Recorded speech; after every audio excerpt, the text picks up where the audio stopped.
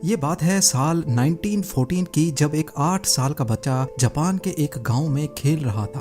तभी उसने 4 पहियों पर चलती एक मशीन देखी। ये फोर्ड का मॉडल टी था, जिसको देखकर ये बच्चा बहुत ज्यादा हैरान हुआ। यही वो दिन था जब उस 8 साल के बच्चे को गाड़ियों और मैकेनिकल पार्ट से पहली बार लगाव हुआ था। इसका नाम था सुचाइरो होंडा, और किसको मालूम था कि आने वाले वक्त में इसका नाम हमें हर छोटी बड़ी गाड़ी पे देखने को मिले। 1906 में जापान के माउंट फूजी के करीब एक छोटे गांव में सुचाइरो होंडा की पैदाइश हुई थी। उनके वालिद लोहार होने के साथ साथ पार्ट टाइम में साइकिल रिपेयर का काम भी करते थे। होंडा के 5 बहन भाई पहले ही मुख्तलिफ बीमारियों की वजह से मर चुके थे, लिहाजा उसके माँ बाप को अपने इस बच्चे से काफी उम्मीदें थी। लेकिन उसको पढ़ाई से तो कोई लगाव नहीं था, अलबत्ता अपने बाप के साथ साइकिल रिपेयर करने में होंडा को ज्यादा दिलचस्पी थी। जब वो 16 साल का हुआ तो उसने न्यूज़पेपर में जॉब का एक ऐड देखा। 8 शोकाई नामी टोक्यो के इस ऑटोमोबाइल सर्विस स्टेशन पे टेक्नीशियंस चाहिए थे। होंडा ने कंपनी को जॉब के लिए लेटर लिखा और खुशकिस्मती थी कि वहां से पॉजिटिव रिप्लाई भी आ गया। यही वो टाइम था जब होंडा अपना घर और स्कूल छोड़कर कमाने की आस लगाए टोक्यो रवाना हो गया। होंडा का ख्वाब तो तब टूटा जब वो टोक्यो में 8 शुकाई पहुंच गया था। कंपनी के मालिक ने होंडा से सफाई सुथराई के काम करवाना शुरू कर दिए और यहाँ तक के उसको बेबी सिटिंग पर लगा दिया। होंडा बेचारा करता तो क्या करता, एक तरफ वो अपना घर और माँ बाप को छोड़कर निकला था, तो दूसरी तरफ उससे फालतू काम लिए जा रहे थे। उसको वापस अपने गांव जाने में शर्म आ रही थी, क्योंकि वो अपने पेरेंट्स को फेस करने की हिम्मत नहीं कर पा रहा था।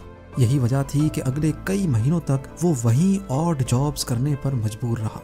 कुछ ही महीनों के बाद 8 शुकाई के मालिक ने होंडा से वर्कशॉप के काम भी लेना शुरू कर दिए। होंडा को इस काम में शुरू से बहुत इंटरेस्ट था, इसीलिए वो चीज़ों को आसानी से समझ जाता था। चंद महीनों में वो हर तरह की गाड़ी और उनके पार्ट्स के बारे में काफ़ी कुछ जान चुका था। इस दौरान 8 शुकाई ने 2 स्पोर्ट्स कार भी बनाई, जिसमें पहली गाड़ी 8 डैमलर थी और दूसरी कर्टिस। ये दोनों गाड़ियां यूज्ड इंजन्स को इस्तेमाल करके बनाई गई थीं, जिन्होंने जापानीज मोटर कार चैंपियनशिप 1924 में पहली पोजीशन भी हासिल की। होंडा अभी तक एक अच्छा मैकेनिक था, लेकिन इस रेस में वो ड्राइवर के साथ इंजीनियर के तौर पे बैठा था। यही वो इवेंट था जिसके बाद सुचाइरो होंडा ने मोटर स्पोर्ट्स को अपना रिलीजन बना लिया। अगले कई सालों तक वो 8 शुकाई में ही जॉब करता रहा और अपने एक्सपीरियंस को बढ़ाता भी रहा। 1928 में 22 साल की एज में उसके मालिक ने अपनी एक और ब्रांच खोलने का फैसला किया। ये ब्रांच हमामात्सु शहर में होना थी, जिसको चलाने के लिए मालिक ने होंडा को जिम्मेदारी देकर वहां भेज दिया। होंडा ने 8 शुकाई की इस नई ब्रांच को 1 वर्कर से शुरू किया था और सिर्फ 2 ही सालों में 30 वर्कर्स तक पहुंचा दिया। वो अब एक ब्रिलियंट मैकेनिक और रेसिंग ड्राइवर भी बन चुका था। उसने अपनी महारत का फायदा उठाते हुए अपने मालिक के लिए एक स्पोर्ट्स कार डिजाइन की। ये गाड़ी 120 किलोमीटर पर आवर की स्पीड से चल सकती थी, जिसने पुराने सारे रिकॉर्ड तोड़ दिए थे। ये रिकॉर्ड अगले 20 सालों तक जापान का हाईएस्ट रिकॉर्ड बना रहा। 8 शुकाई के मालिक के दिल में होंडा की अहमियत मजीद बढ़ चुकी थी। वो अपना खुद का वर्कशॉप खोलना चाहता था, लेकिन शायद किस्मत को ये मंजूर नहीं था। 1936 में रेसिंग के दौरान होंडा का एक हौलनाक हादसा हो गया। इस एक्सीडेंट में उसकी जान तो बच गई, लेकिन उसका लेफ्ट बाजू फ्रैक्चर हो गया, शोल्डर डिसलोकेट हो गया और चेहरे पर कई जख्म आ चुके थे। उसको अपनी जिंदगी यहीं खत्म होते दिखाई दे रही थी। ना वो मैकेनिक का काम कर सकता था और ना ही रेसिंग में हिस्सा ले सकता था। कई महीनों के बाद वो जब दोबारा ठीक हुआ तो उसने 8 शुकाई के मालिक से रिक्वेस्ट की कि वो अब ये रिपेयरिंग का काम नहीं कर सकता, बल्कि उसने आइडिया पेश किया कि क्यों ना वो अब स्पेयर पार्ट्स बनाने के लिए एक अलग कंपनी शुरू करें। 8 शुकाई के स्टेक होल्डर्स ने होंडा का ये आइडिया फौरन रिजेक्ट कर दिया। उनको ऑलरेडी प्रॉफिट्स मिल रहे थे और कोई भी नहीं चाह रहा था कि नया रिस्क लिया जाए। इसी पर होंडा ने डिसाइड किया कि पार्ट्स मैन्युफैक्चरिंग की कंपनी वो अकेले ही खोलेगा। 1936 में 30 साल की उम्र में उसने अपने दोस्त के साथ मिलकर टोकाई सेकी हैवी इंडस्ट्री खोली और अपने दोस्त सिचाइरो काटो को उसका प्रेसिडेंट बना दिया। कंपनी तो वो खोल चुके थे, पर होंडा के पास इसको चलाने के लिए कोई इन्वेस्टमेंट नहीं थी। वो दिन भर 8 शुकाई के लिए काम करता था, जबकि रात में अपनी नई कंपनी के लिए खुद इंजन पिस्टन बनाने की कोशिश करता था। अगले कई महीनों तक वो इसी रूटीन पे चलता रहा, लेकिन उसको कोई कामयाबी ना मिल सकी। उल्टा वो लगातार शिफ्टें लगा कर कमजोर हो चुका था।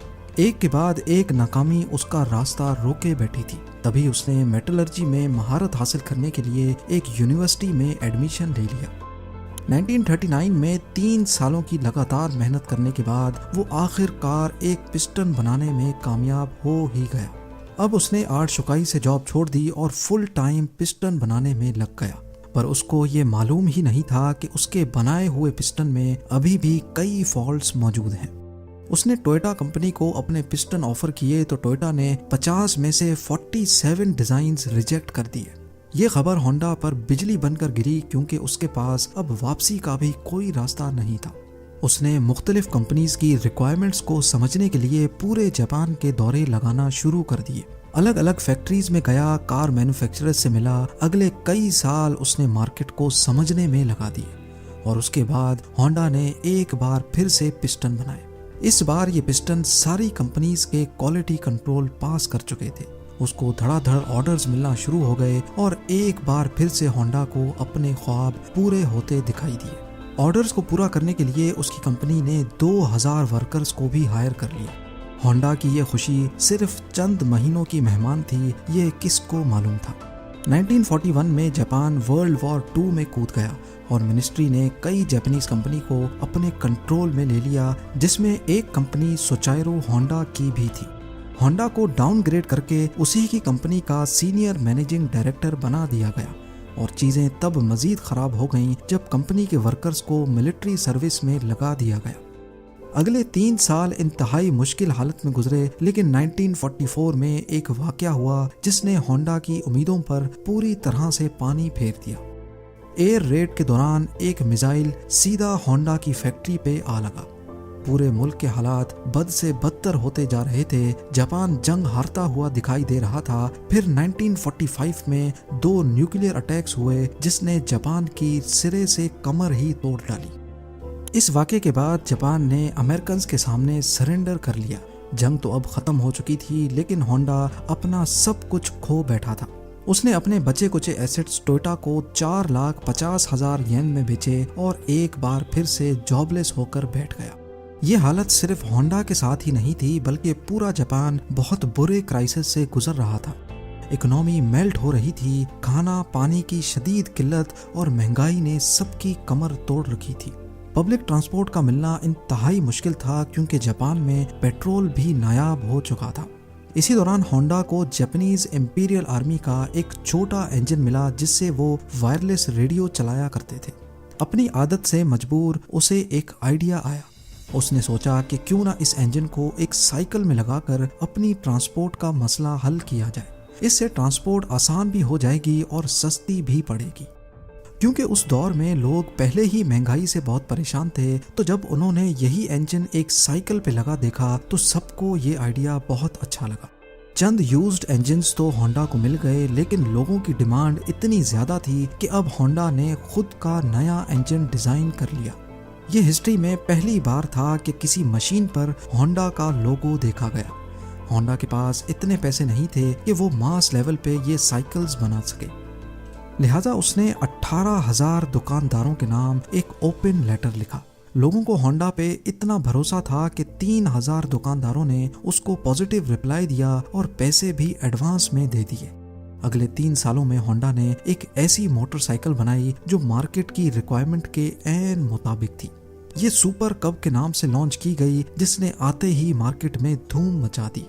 ये मॉडल इतना कामयाब हुआ कि 1958 में इसने अमेरिका की अपनी ट्रायम्फ और हार्ले डेविडसन की सेल्स को भी पीछे छोड़ दिया। क्योंकि होंडा को रेसिंग का बहुत शौक तो था ही, इसीलिए उसने अब स्पोर्ट्स बाइक बनाने का फैसला किया। वो मुख्तलिफ बाइक रेसेस में जाता और जीतने वाली बाइक्स के खास फीचर्स नोट डाउन करता जाता। उस दौर में ऐसे स्पोर्ट्स कंपटीशन रेस से बढ़कर मैन्युफैक्चरिंग कंपनीज के लिए मार्केटिंग का टूल हुआ करते थे। चंद सालों में होंडा की पहली स्पोर्ट्स बाइक लॉन्च की गई, जिसने 1962 इंटरनेशनल रेसिंग कंपटीशन में पहली पोजीशन हासिल की। इस रेस ने होंडा का नाम पूरी दुनिया में फेमस कर दिया। 1960s में होंडा दुनिया की सबसे बड़ी मोटरसाइकिल मैन्युफैक्चरिंग कंपनी बन चुकी थी और 1968 तक ये 1 करोड़ यूनिट्स सेल कर चुके थे। अपनी जिंदगी के 62 इयर्स गुजारने के बाद आखिरकार सोचाइरो होंडा को कामयाबी तो मिल चुकी थी, लेकिन जो ख्वाब वो बचपन से ही लिए बैठा था वो अभी तक पूरा नहीं हो पाया था। होंडा अब कार मैन्युफैक्चरिंग की तरफ भी जाना चाहता था।